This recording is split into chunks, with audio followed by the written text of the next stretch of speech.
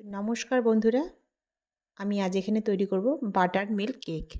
তার জন্য প্রথমে নিয়ে নিচ্ছি এই বাটির মাপ করে ময়দা, এই বাটির মাপে নিয়ে নিলাম চিনি, এখানে একটু লবণ আছে, বেকিং সোডা আছে, বেকিং পাউডার আছে, এখানে এক বাটি আছে বাটার মিল্ক, এখানে আছে দুটো ডিম,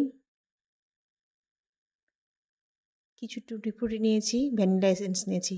এবার চালনির মধ্যে সবগুলো শুকনো উপকরণকে এক এক করে দিয়ে চেলে নেব। আমি এখানে নিলাম 1.5 বাটি, সরি 2 বাটি ময়দা। এটাকে চেলে নিচ্ছি।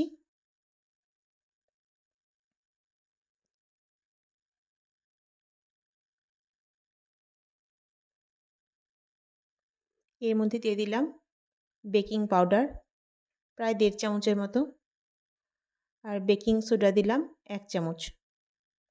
একটু দিচ্ছি লবণ। আবার একটুক্ষণ চেলে নিলাম। এবার এগুলোকে এক সাইডে রেখে একটা পাত্র নিয়ে নিলাম, যার মধ্যে প্রথমে ডিম দুটোকে ফাটিয়ে নিচ্ছি। তার মধ্যে দিয়ে দিলাম 1.5 বাটি চিনি।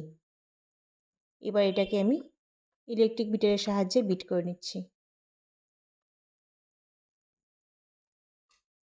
বাটার মিল্কটাও দিয়ে দিলাম। এবার ভ্যানিলা এসেন্সটা দিয়ে দিচ্ছি। টুটি ফ্রুটির মধ্যে একটু ময়দা মাখিয়ে নিলাম।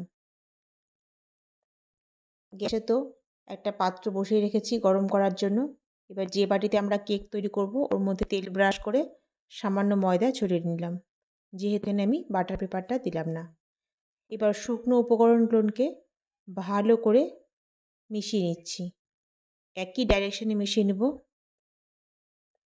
উপকরণগুলো চেলে নিলে না খুব ভালো হয়, কেকটা বেশ সফট হয়। আমাদের ব্যাটারটা মোটামুটি রেডি হয়ে গেছে।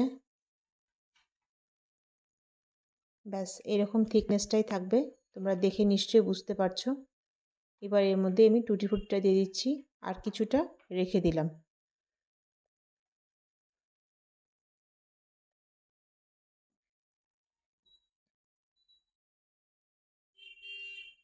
ব্যাটারটাকে পাত্রটার মধ্যে ঢেলে নিচ্ছি।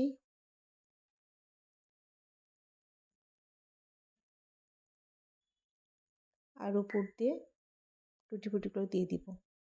তার আগে একটু ট্যাপ ট্যাপ করে নিলাম, যদি ভিতরে কোনো বাবলস থাকে তাহলে বের হয়ে যাবে। কাজু কিশমিশ আর টুটি ফ্রুটি দিয়ে উপরটা সাজিয়ে নিচ্ছি।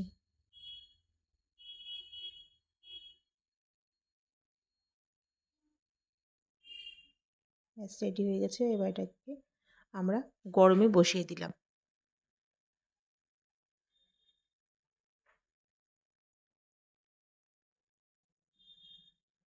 প্রায় 40 মিনিট পর আমি ঢাকনা খুলে দেখছিলাম, ব্যাস কেকটা রেডি হয়ে গেছে। দেখতে পাচ্ছ তোমরা কি সুন্দর কালার এসেছে। প্রচণ্ড গরম আছে, নামিয়ে নিচ্ছি।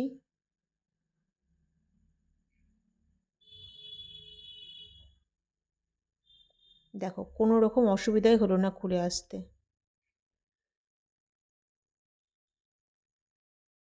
তোমরা তো বুঝতে পারছো মনে হয় কীরকম সফট হয়েছে কেকটা। প্রচণ্ড গরম আছে, তাও আমি তোমাদেরকে একটু কেটে দেখাচ্ছি।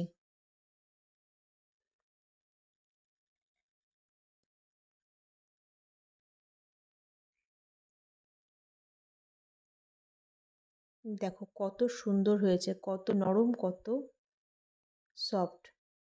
তোমরাও বাড়িতে এইভাবে বানিও।